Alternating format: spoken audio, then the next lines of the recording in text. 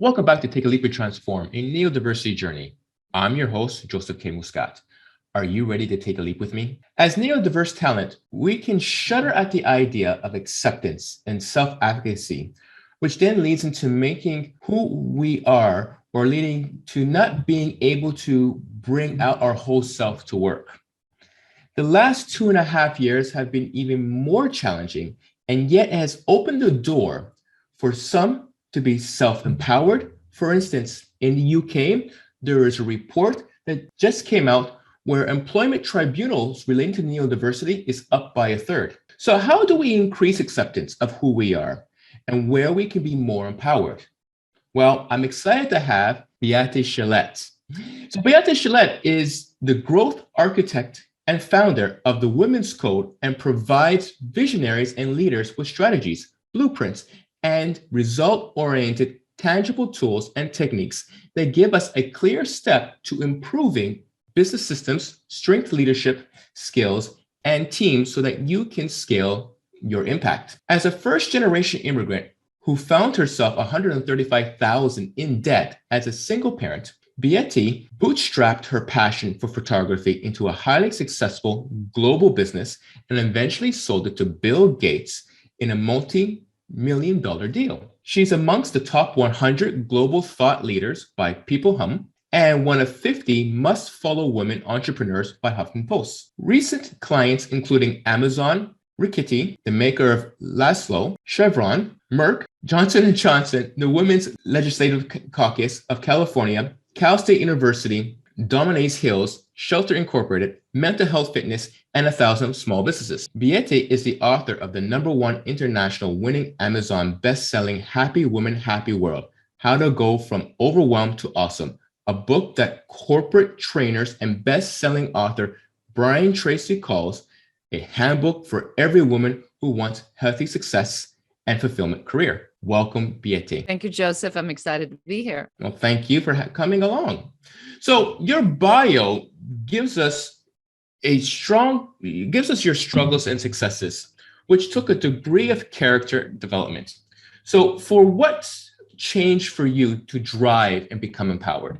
That's a loaded question. I think that we are all stumbling in the dark until we find the light switch. And that was really driven by me, Joseph. I always thought that I had to figure out what my purpose in life was going to be. And I certainly wasn't going to stop until I was going to get there. So the drive to self-empowerment, if you so want to, is driven by the sense of purpose that I've always felt. Yeah, I can understand that. We're all struggling to find what our why is, what our purpose in life. And I can completely relate. It's taken me quite some time to find, I would say, a new purpose for myself, going through the number of transitions that I have gone through. And this is where has led me today and to be with you. So before we can tackle how to become empowered, we need to deal with the issue at hand, which is self-doubt, learned helplessness that has developed in one's life's journey. And the attitude of just do it isn't productive to initiate change. How can a person break the cycle of inner and outer dialogue to push forward for change? Yes. So number one, I believe that one of the most important things about self-doubt is this idea that in my book, Happy Woman, Happy World, I describe as the superhuman paradox. And the superhuman paradox, Joseph, goes that it's our nature to go and look at our friends or people we admire. So we look at our friend Sally. Sally is a workout nut. She's got the best body. She's in incredible shape. Then we look at Mary, and Mary is the best cook, organic, home-cooked meal, 5-star. I mean, Gordon Ramsay would blush if he'd see what she does. And then we go and we look at our other friend, and that is the best mother you've ever seen. I mean, she's patient, she's loving. And so we go and we scan all of our friends, and then we say, well, I like this about her, this about her, this about her, this about her. And then we believe that we have to be the incorporation of all the best, of the single best trait of all of our friends combined. And that is the recipe for disaster, because we are clear that if somebody has one thing mastered, we would not necessarily expect them to be good at everything. But for some reason, we have that expectation for ourselves. And because we have this expectation for ourselves, we are in a perpetual state of disappointment, which is the erosion of confidence, which leads to self-doubt, which leads to all the other things that come with it, which is failure. Then what you're saying makes complete sense. And, we're always, what's the expression? We're always looking, at the other side, as if it's a greener side, and trying to incorporate that into our lives, and then struggling why we can't never be like the other side. So with that understanding, how can one make the shift to stop looking at the other side? It's really easy. It's awareness. You have to give yourself some grace, and you want to be realistic. And I'm going to give you an example on, maybe that'll help your listeners to get some practicality around that. So, for example, I've heard this idea, get rich in the niche. For every entrepreneur ever to walk the planet is being told, find your niche, find your niche, find your niche. Well, that doesn't gel with my personality type, because I have, I call it entrepreneurial ADD, right? I like building things. And so for me, the idea that I have to pick like one thing and then I have to stay in that would be purgatory. I mean, that would be literally the worst. So I struggled with that for a very long time. And then finally I realized what is so easy for me that I am amazed other people don't know how to do that. And that is to be strategic and to look at strategy and systems and how to help people to grow their authority and scale their impact. So I have this innate ability to look at all the different pieces, and the ones that are not aligned jump out at me, or I hear something where I go, well, there is the unique differentiation factor is missing here. So we need to go in and we have to look at this differentiation factor, and it has to be something different than what you're saying you are, because that's not what I'm perceiving. It wasn't until I stepped into that and I said, I'm going to not listen to all these other voices that are telling me, and this is the awareness that I should be doing something that is neither innate to me, it doesn't play to my strength, I don't even like it. So how can it be right for me? So it wasn't until I stepped into that I realized that my niche is the big picture. And that is kind of counterintuitive. But yet that is the niche I'm in, is that I can look at somebody says, I don't even know, I have like 50 pieces, I'm overwhelmed, I can't squeeze any more time out of my day. My VA isn't doing their job. Why can't people just show up and do their job? Why do I have to micromanage everybody? I have so much to do all day. Being a business owner is so stressful. Why is it so difficult? I can come in and I can fix it, because I can see how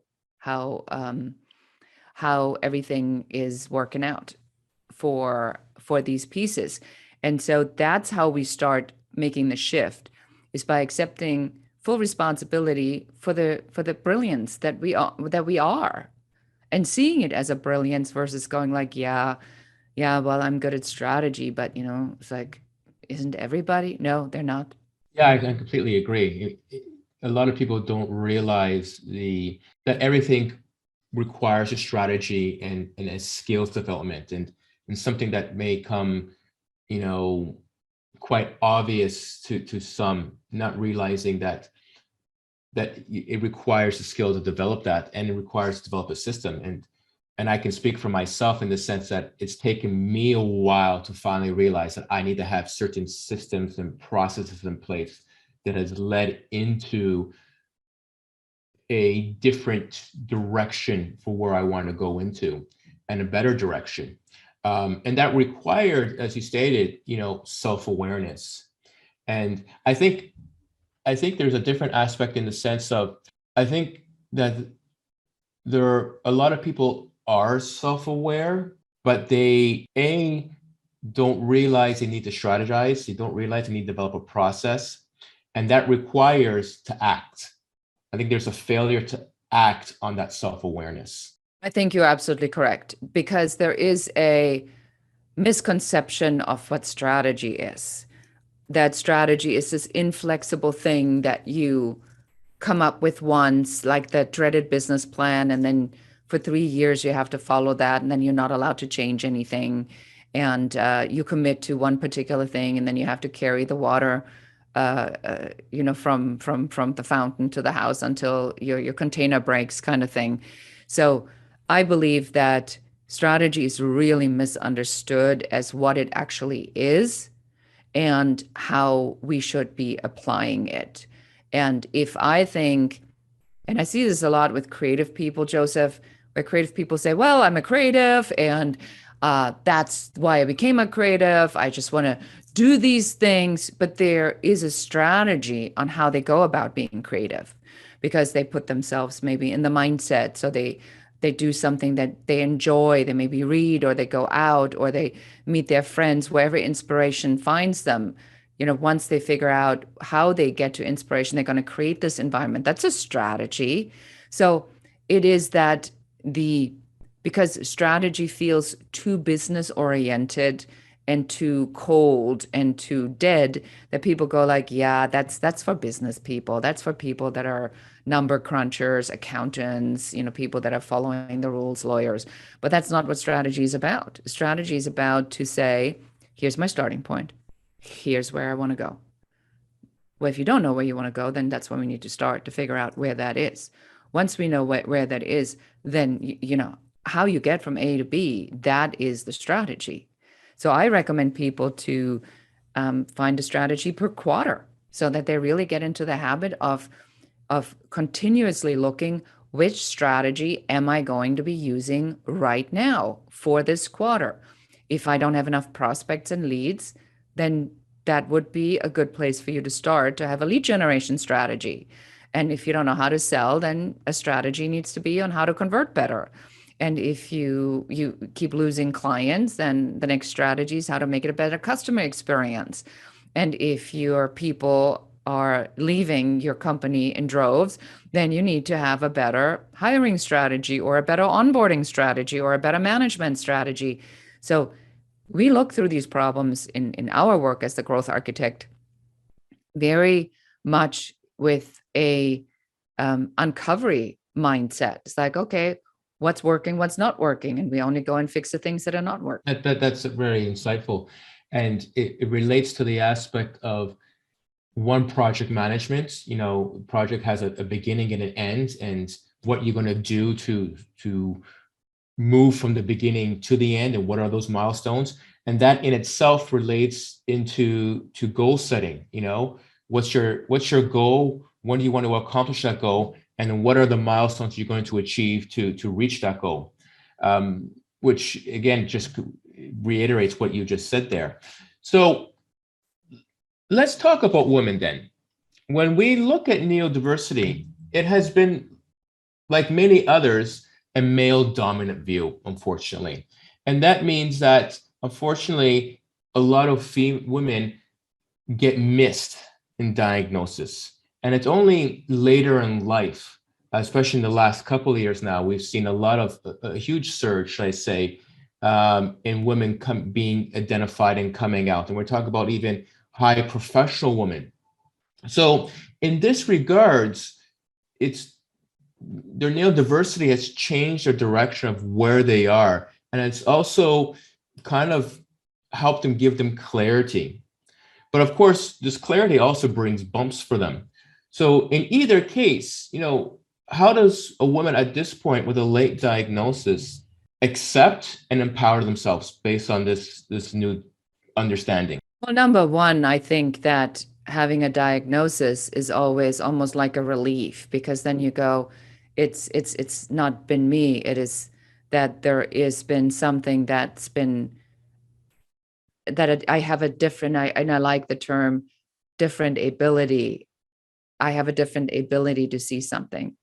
And then you need to go and look into this, not from a perspective of a life sentence, but look at this from the perspective of what does it allow you to do that others don't. And when I was working at the Bill Gates company, after I sold my business to them, one of my team members was on the spectrum. And the manager, kept saying to me, well, he's on the spectrum. You can't really have certain kind of conversations with him, and, and just don't go after work for a drink. That would be really super awkward. We tried. And I looked at him and I looked at what he did, and he was my best worker by far. I mean, he got stuff figured out and hammered out. I mean, he was dedicated. He met every single one of his deadlines. He just wasn't the kind of guy you would want to hang out at the bar, because that's just not that's not his ammo. That's not where he's comfortable. But when we realize that these different abilities that people have that show that neurodiversity, that we get out of judgment, and especially judgment for ourselves, and say, well, what does this enable me to see or do or be or have that I wouldn't be able to if I didn't have that, or if I didn't fall into that? Because it's not that people who are diverse are not successful. To the contrary, it's just that the fight for wanting to be like anyone else is what sets everybody back. Yeah, that's very true. I mean, there's two aspects there. I think the manager tried to take it from what we call a neurotypical approach, what is classified as a normal person. You can't even say it with a straight face. You can't because what is okay? Define normal, right? Well, there is no such definition for normal, because no one's normal. But but unfortunately, the need, as you put it, the need for labeling people. So we need to label that the mainstream of society is neurotypical, and anybody outside of that aspect is different and not normal. So, but going again, the supposed normal people, they're approaching a normal approach to someone who is neurodiverse, rather than understanding where they're coming from, how they think, and what their behavior is, and then adjusting their own behavior to adapt to that person. So maybe going out for drinks wasn't the solution. Maybe, it was finding out what they like and doing and relate to them in that aspect.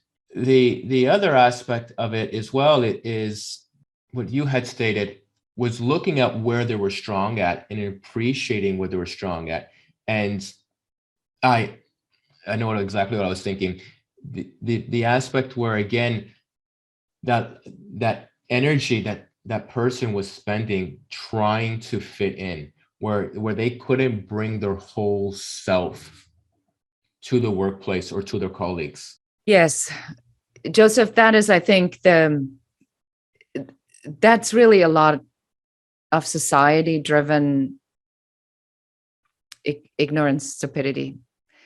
I'm fortunate because I had picked a profession where I was a lot around creative people, and creative people are some of the most colorful characters and the most non-conforming characters there are.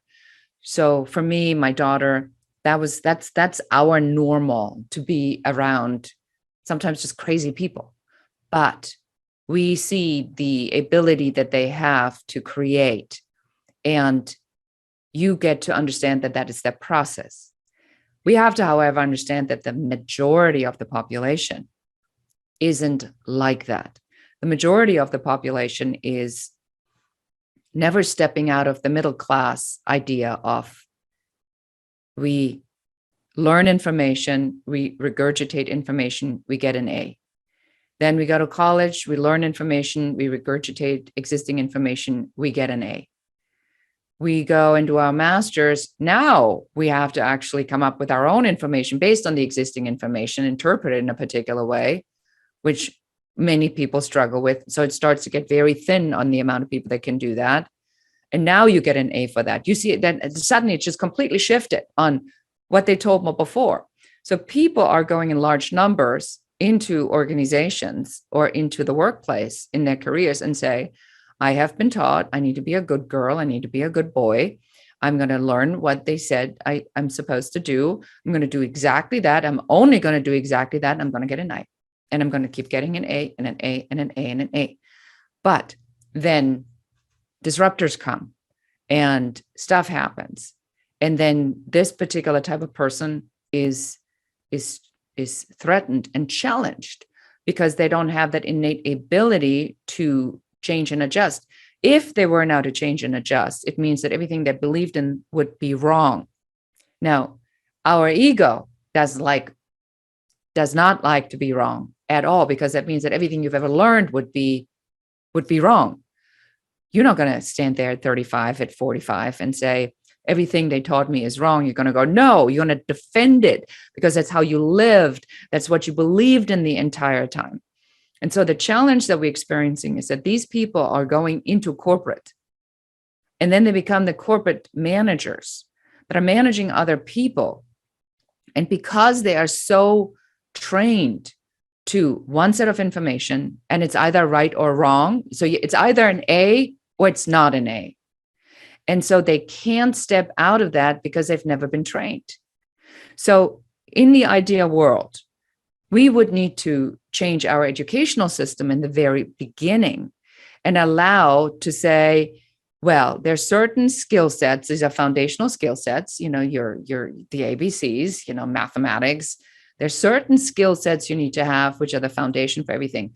But here is the creative thinking. Here is the innovation process. Here is, in the movie that comes to mind is Apollo 13, when the guy says, that is all there is. If you can't make it work, they die. There is nothing else. There's no external thing that can be brought in. You need to be creative for what you have. And I don't think we as a society in general have that ability because we've never been trained. So now if I'm the boss, the manager that comes from that thinking, and I now have people reporting to me that are neurodiverse, I am not going to know what to do other than judge. Because you with a finger in your face are making my job difficult because you're not like everybody else. I haven't gotten the training, nobody development, nobody told me this even existed. Nobody prepared me for this. I have no tools. What the heck am I supposed to do other than try to get rid of you? And that's, I think, what happens. Get rid of people that are not like me. Yeah, that's exactly what happens. And you've hit on a very key stroke here where I've talked about a number of things, and you've hit on pretty much every aspect of that. Going back to the creative aspect, Sir Ken Robinson, I'm not too sure if you heard of him. No. He's wrote a very famous book, and from there a series of books, and then a number of series of TED Talks. And he makes the argument, nothing necessarily with neurodiversity, but it relates to neurodiversity. But his argument is that we fail to treat creativity as one of the pillars of education. So, it's not just science, it's not just mathematics or reading, it's also creativity. And we don't give the same weight to creativity as we do the other three. Because there's no judgment, Joseph. It's like, how do you remember? It's a scoring system. How do you score something that's unscorable? That's an interesting take. His argument is that when you actually take a look at the other three pillars, you find creativity in it. But we've made it so logical, and we've pulled out the creativity, that when you have, let's say, a mathematician who is very creative in being a mathematician, they don't see it in themselves, and neither do their peers, because it doesn't belong in there, even though it is there. So there's that aspect. The other aspect is management. They don't train managers. Not only are they not training managers, are they employing the right people to be managers? Because you've hit it on, getting an A. We've termed that to being only having a beta approach. Managers only have one way of approaching it. If you're not a Ken doll, then I only have one way to approach it to you, which is way I will approach a Ken doll, that one way. So when you have someone outside of a Ken doll, a Joseph doll, then I don't know how to apply to you. I can't adjust to you. So, and then that leads into frustration, that leads into anger, which then leads into belittling that particular person and then eventually firing them. So it becomes this vicious circle. And it comes back to, again, as you said, it's about training people. And unfortunately, if we could, we revamp the whole education system, because I see it that between the education system, there's a direct line from the education system to the workplace. What happens in the education system is happening in the workplace. The same attitudes, the same behaviors. Exactly. So let's go on here. I mean, as I said in the opener, the last 2.5 years has pushed the narrative in a new direction in how we see ourselves in what we do. So what are your thoughts on this transformation? I think that if it would have worked so well before, it couldn't have fallen apart. The reason it fell apart so quickly, and there were such significant changes in the way we want to work and live, is because what happened before didn't work. And now that we are in a multiple of habit changing timeframe, so to change a habit, let's say it's 90 days. The pandemic took us through 2 years. That is 8 times 90 days. So habits that were formed during the pandemic are permanent now. And belief systems that have been established are permanent now, unless there is some other event that will then make you change your habit and change your pattern. But the patterns that people formed are permanent. So if I like sitting in my hippo pajamas at my desk with my video off, and I've done that for 2 years, now that is an expectation, a habit that I have formed.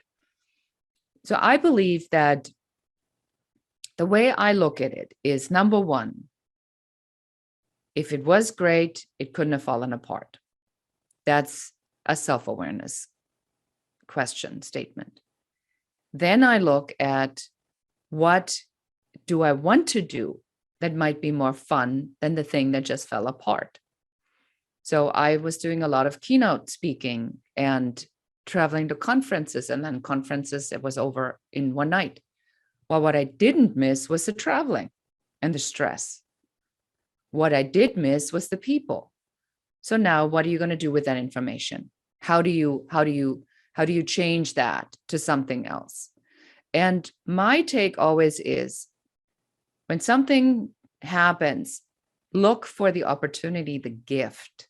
What's the gift that this has, that it brings to you, that you may not have had otherwise, or that because the world is immediately, and this is definitely driven by media, this is so bad, and can you believe, and they're not getting, it's always somebody else's fault.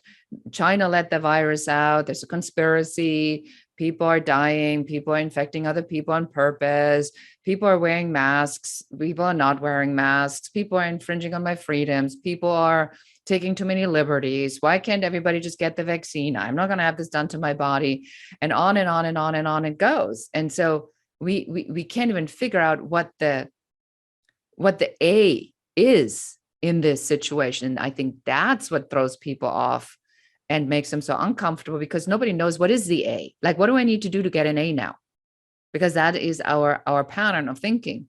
So I believe that disruptors like this are ultimately going to fuel creativity and innovation in a dramatic way, but it also fuels the fear and the safety, because safety is gone, trust is gone, fear has crept in.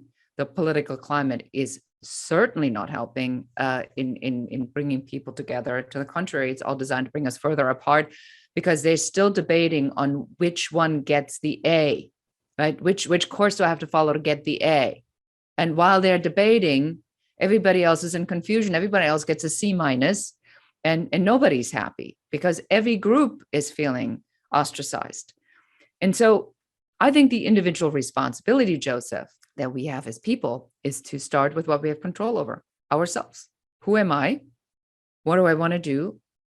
How big of a contribution do I want to make? What matters to me? Am I hurting anybody? Am I helping people? Am I taking people with me? What kind of person do I want to be and how do I want to be perceived? And then I act on that, finding the gift in what's happening. And that's, I think, what it means to be a self-accepting, aware human. I like a couple things you said there. Definitely, you're the first to actually point out that the system was broken. And I actually haven't thought of that before. And you're right, the system was broken. Hence why you're seeing not only the surge, but the demand that the things stay the way they are rather than where they were. And you're also seeing the aspect of employees or potential employees who are getting recruited making more demands for what they want, for the type of work style and lifestyle they want to have from their current or potential employers.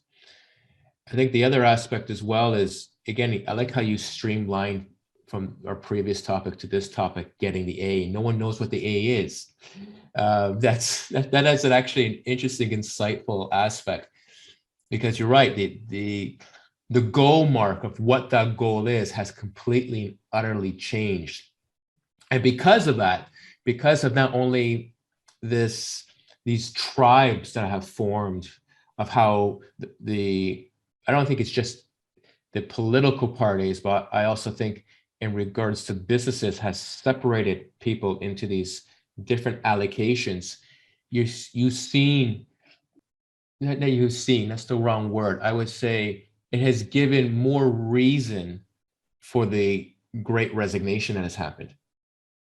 Because people are now saying, well, the gold market's changed and it's no longer an A, or we don't know what the A is, then what do I want?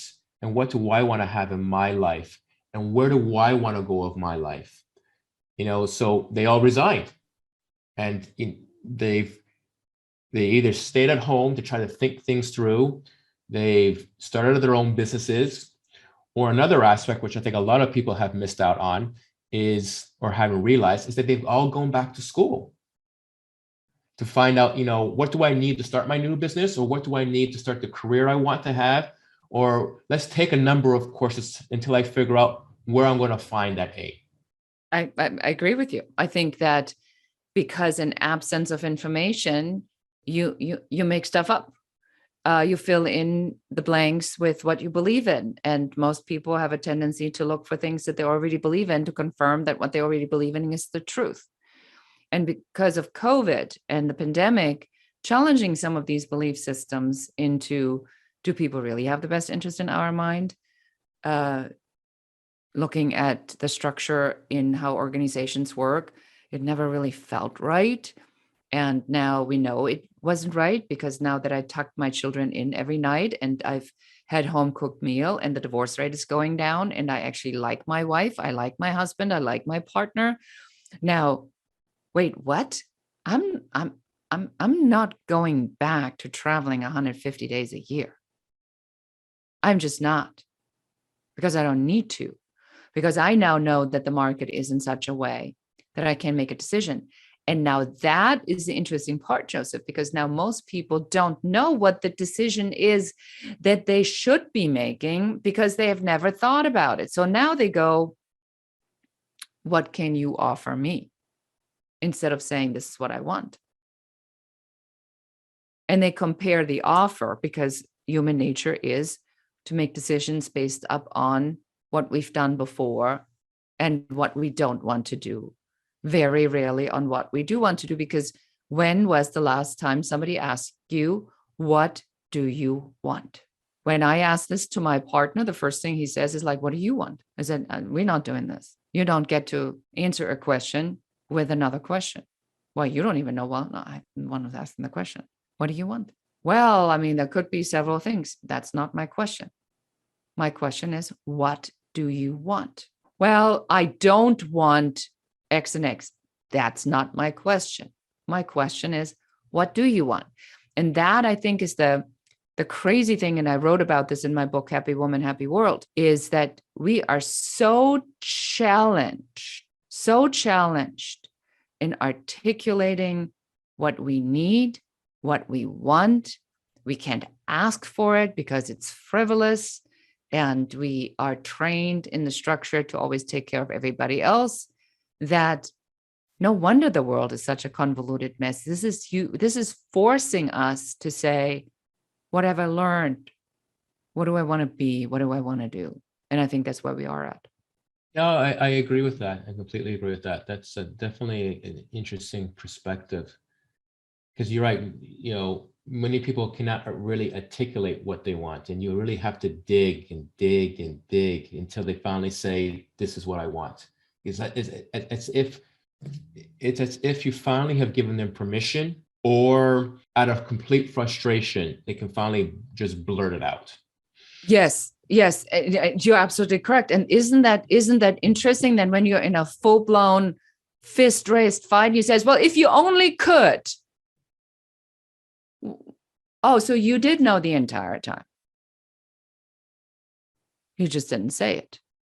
Because then again, human nature is to assume that, and my mother is like the genius in this. My mother always says, one should know when one is exhausted and can't do any more than they are already doing. I'm going,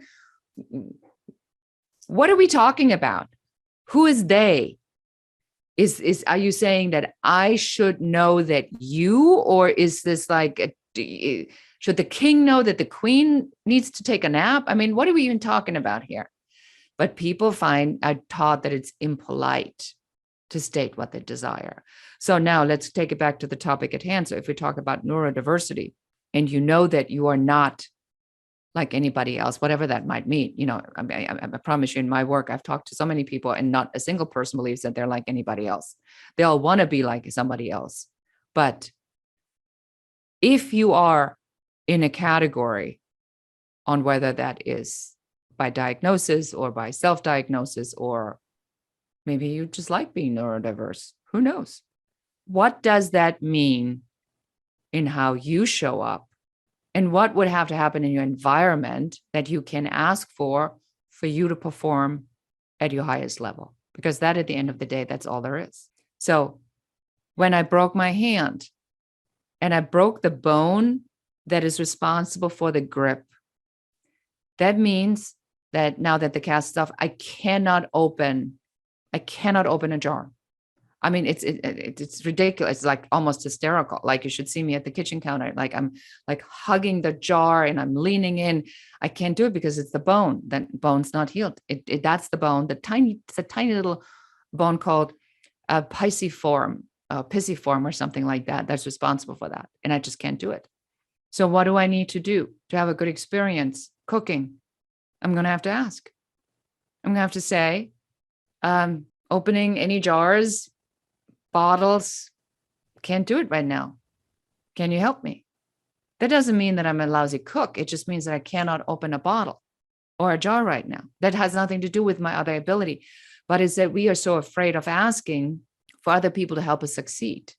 And then my partner says, "Well, you're not doing the pans and the pots, like you don't clean them." I said, "I can't grip them." I said, I can't do it.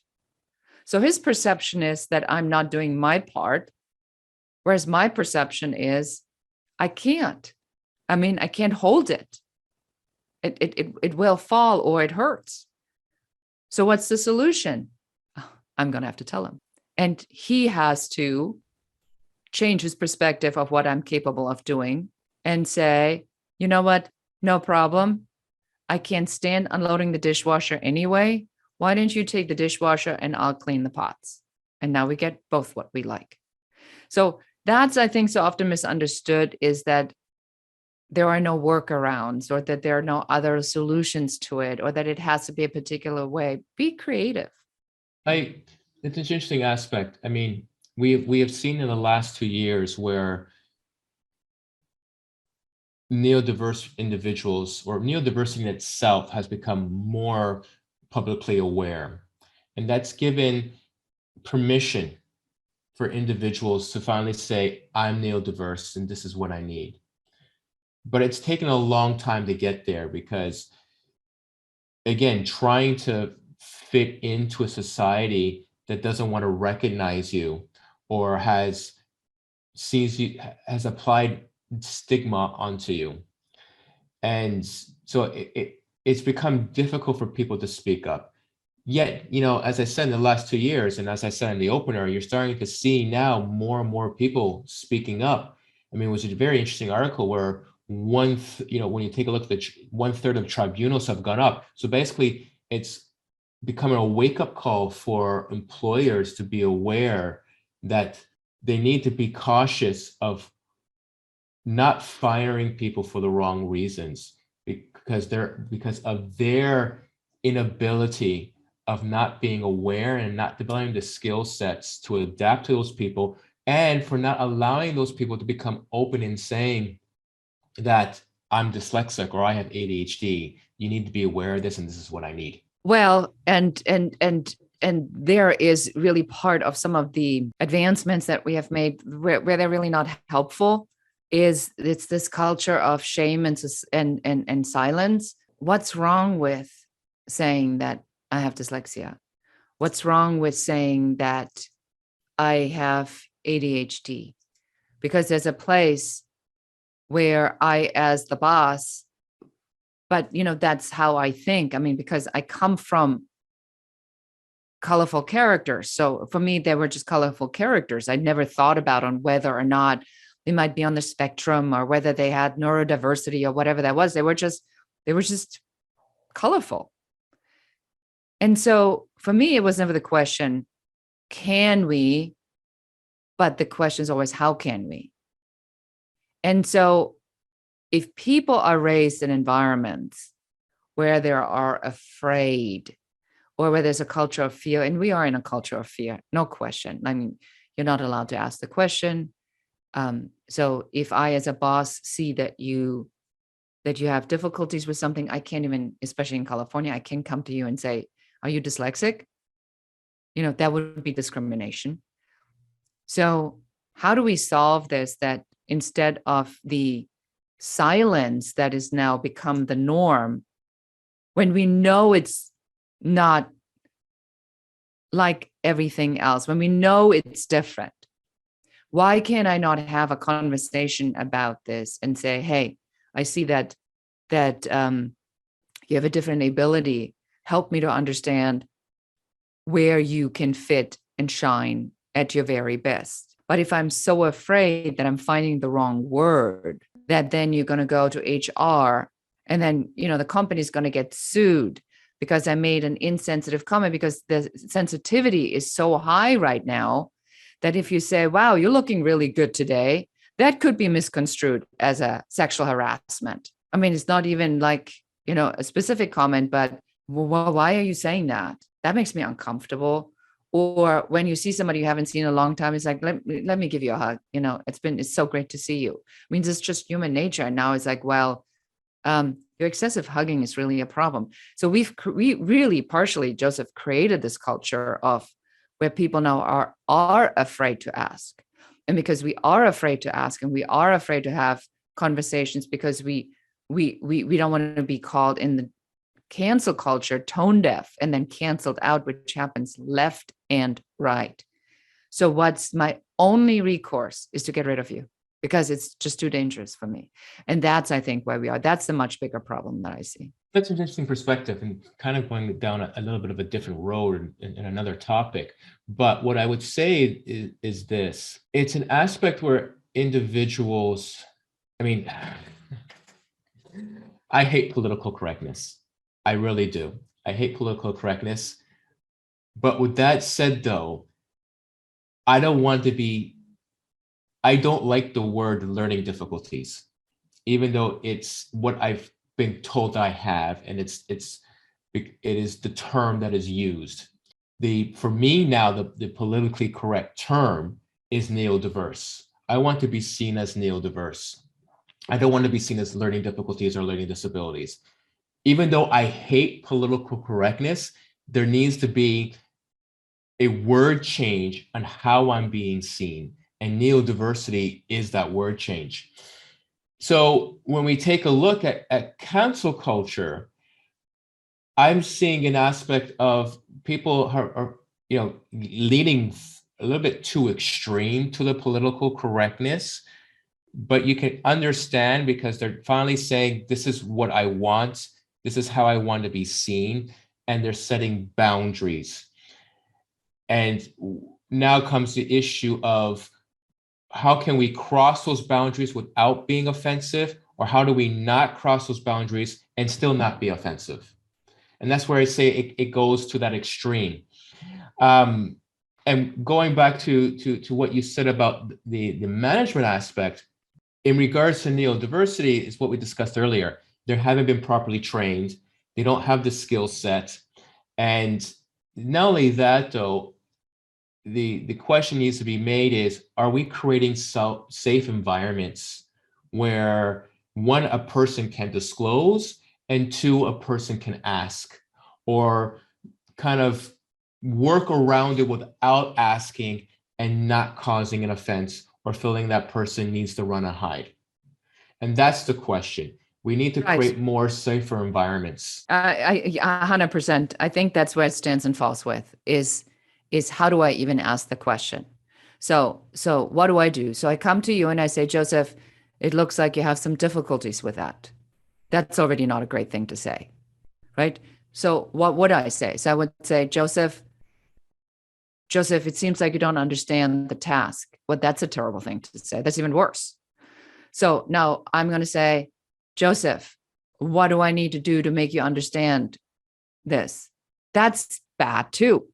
So now I'm challenged to even ask, figuring out how am I going to even bring it up to Joseph? Because Joseph is not going to say anything, because Joseph doesn't want to have this be the topic of the lunch conversation. So Joseph is going to go on. If nobody brings anything up, I'm going to keep my mouth shut. So now I'm going to stress out over how do I tell Joseph? So the only way I can tell Joseph is in a performance review where I say, well, the work's just not getting done. Even though that is not the problem. The problem comes from that you don't have what you have, but you don't want to talk about it. I don't know how to ask you. So how do we get out of that? So when it comes to neurodiversity, our objective is to teach people how to have conversations, difficult conversations or uncomfortable conversations. And, it's we get caught on this all the time. I'm a white woman. And I can't even tell you how many times a Black woman has tried to trap me into saying something that is racially insensitive. My ex-husband is Black and my daughter is a mixie. And that's the term, that's how she defines herself. So how can I possibly be a racist? But because I have a different opinion about how I talk about it, because half of my family is Black, I have, pardon me, more leeway and more confidence to step into that and say, that's your issue, because that's your perception of all white blonde women. You are the one who has the bias against my behavior, because I can't, how is it possible? It's just not possible. Otherwise I would have never married a Black man and I would have never had a baby. And otherwise I would have never left Germany. But the sensitivity and the charging of the judging of looking for how people can get something wrong so I can remain in the victim role, that I think is the biggest problem that we need to solve. So you can solve that problem, Joseph, on how to teach people how to have conversations without people getting offended. You'll be a billionaire in no time, because that's the challenge we are all experiencing. Yeah. You painted a very interesting picture. I think the aspect of it is, when we take a look at a study done in the last 2 years or 2.5 years now, from the UK, 50% of managers wouldn't hire someone who's neurodiverse. And again, that comes back to, not having the skill set, and coming back to your example, not knowing how to have that conversation. And performance reviews are really not a very good tool. And my answer to that is, when we take a look at employee engagement overall is down. And at the core of employee engagement is managers. And it then comes down to, are we hiring the right managers? And are we training the managers to have the people skills to be able to engage with their employees, not just in a workplace or just talk about work, but also talk about life and what's going on in their life, and then bringing that back to work. So that way you're one, being genuine, you're showing that you're empathetic and that you really care about the employee, and that hopefully will allow for a degree of openness where both parties can have that conversation. And the other aspect of it as well is, instead of being direct about it, you can try to come out it from a different perspective, a side angle. I read this really interesting article. I think you should give the article a read, and then maybe we can talk about it, and that could lead into that kind of conversation. Or you could be, say, I was running to a friend, and my friend's, his son's having this difficulty, or his daughter's having these issues, which are somewhat related to that particular individual, and then gets that particular individual to maybe talk or give their advice without necessarily being direct about it. So, I mean, there are potential angles, and I think, it all comes down to providing the tools and resources to the manager to know how to do that. Right. Yes and no. Yes, and. Yes, and. That, however, puts all the power into the hands of someone else, and I would not recommend that. I believe that the greatest power we can have is the power to drive our own conversation. So I don't want to say on this podcast that I feel that it's everybody else's responsibility. I think it's my responsibility just as much as it's someone else's responsibility. So I want to be able, and this is what I teach, in my consulting, where I help people to really take charge of these things and say, well, what is your great skill set? How do you show up and make an unapologetic value proposition? How do you step in front of somebody and tell them that you are very good at this and this and this and this, and that these tasks are not where you can shine, and to put you where you can shine, because that's where you are the greatest value for the business, and that's where they get the ROI. That's my job. That's not somebody else's job. So I'm not a big fan of the tiptoeing at all. I'm a fan of, if you are not good at Excel pivot tables, don't try to sell it. Sell what you can sell that you're good at, and then leave the pivot tables to somebody who is excellent at that. And then we train the managers to say, your job is to focus on strength-based leadership. And we want you to find out what the strength is that each of your people is bringing to the table, and foster them in that category, and help them to not have to be going into pieces that they're just not good at. You took the words out of my mouth, because what you're talking about is strength-based focus. And you also beat me to the punch as well, teaching managers and how to identify the strengths and place people in the right places. So then I agree with you and I disagree with you. I mean, sometimes you can't tiptoe around it, and sometimes you need to, depending on how you engage that person. Now, in the aspect where I do agree with you, in the aspect that that person has to speak up and become an advocate for themselves. We had talked in our prep talk in regards to the tools and how someone can become self-empowered. And you've led perfectly into that. So what are those tools? Well, the tools of stepping into yourself is really a pitch. I mean, I believe that everybody needs to know how to pitch. And we're always pitching ourselves. When we go dating, we're pitching. When we want our kids to clean up their room, we're pitching the idea that if they clean up their room, that there's, something that's going to be great at the end of the day. So the tools to self-empowerment for me are always learning how to create this, what I call unapologetic value proposition. And that is to understand what I'm really good at, what I'm bringing to the table, to understand what I'm not good at and what I don't bring to the table, so I know what to not talk about, is to understand what the person in front of me needs to succeed and what they want from me. And then my pitch is to give them what they want and what makes them look good by solving the problem with the work that I perform. That's the value proposition.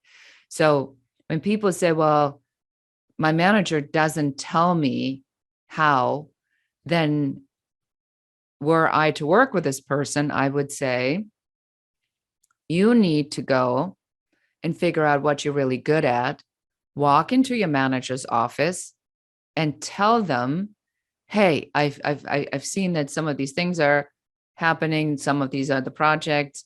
What I'd be really good at, or where I can really help us or the team, is if you were to put me on this position, here are the reasons why. This is why I'm so good at. Here's what I think is going to happen with it. And I'm not going to, heads up, I'm not going to do X and X and X and X, but that's where I really can shine in this project. Why? Because data also shows that all managers, directors, and CEOs do not have the time to sit there with the many hours that they have left over in their busy days. They don't have any time left over to wonder over where Joseph could shine. If Joseph can tell me, I'm certainly not going to go and spend 2 hours of my life thinking about on whether or not you can do a certain project. It's your job to tell me. That's the value proposition. I mean, if you're listening and you hear this, I mean, if you take nothing away from this but that, especially if you're neurodiverse, that is the first and most important thing you need to do. Not even I'm suggesting you must do that, because you need that language. It's interesting. I completely agree with you saying. I look at it from a career development aspect. I was recently coaching someone in the UK, and she has a late diagnosis of being dyslexic. She's been in the company for a number of years, and the managers are not understanding. They keep on asking, I think, the wrong approach, which is, how can I help? And I say it's the wrong approach because it's not about how I can help to adjust to you. It's more about how you can adjust to us. And what I proposed to her, because she said she could save the company a lot of money through S&P, as I said to her, make a case study. Lead with that. Lead with that and prove it. And she also said that she's a problem solver, and many people come to her to help solve problems. So I said, okay, get testimonials from your colleagues of how you've been a problem solver. So again, it just leads exactly to what you are saying, creating a case and making a pitch. And so I completely agree with that. Now, in regards to the pitch, we talk about communication and the importance of communication and how we could be understood. And many of us don't communicate to be understood. There's more the assumption of, because I've communicated, everybody's understood. So what can you give as advice in regards to how to communicate more effectively? I think the communication always comes from getting clear on what it is that you want. And if you're clear on what you want and what you're asking for, everything becomes exponentially easier. Communication is difficult when you don't know what you want, when you are expecting other people to know about you. People don't know. People are so busy with themselves, they just don't know. So the clarity in how you show up in the world is the key to great communication. We've talked a lot about, and we even got a little bit off topic on some things, but we've rounded it back to where we are. But I want to bring the focus. I want to bring the focus onto you now. I mean, you've mentioned what you do, and you've mentioned your book. So for our listeners, can you just give us a very quick synopsis of exactly how you help, in particular, women in self-empowering and become leaders? Yes. So I work as a consultant and I work with a lot of visionaries and leaders, as I said, that want to grow their authority and scale their impact. So I work one-on-one. I have a mastermind that I run. On the women's code side, I have a program called the Unapologetic Value Proposition, where I can take people through this through this process. So if you want to find out how to work with me, or you heard something that you want to learn more about, just reach out via my website, our Contact Us form website. You find it at beatechelette.com. Let me know. And if you have a particular issue, if you're an organization, you want to learn how to optimize your team to have better managers to deal with these kinds of things, go to uncoverysession.com, fill that out so that way we can schedule a conversation and talk about how can we help managers and leaders to not be jerks or to come across as such, but how can we help people to help other people to be the best version of themselves. Fantastic. And you actually answered the last question, how people can get in contact with you. So fantastic. So thank you for joining us. Really, it's been a very lively conversation. And as I said, we hit a lot of topics, and I really enjoyed this conversation. And I thank you for sharing your thoughts with us. I encourage you to get in touch with Beate, and I will put her contact information in the show notes.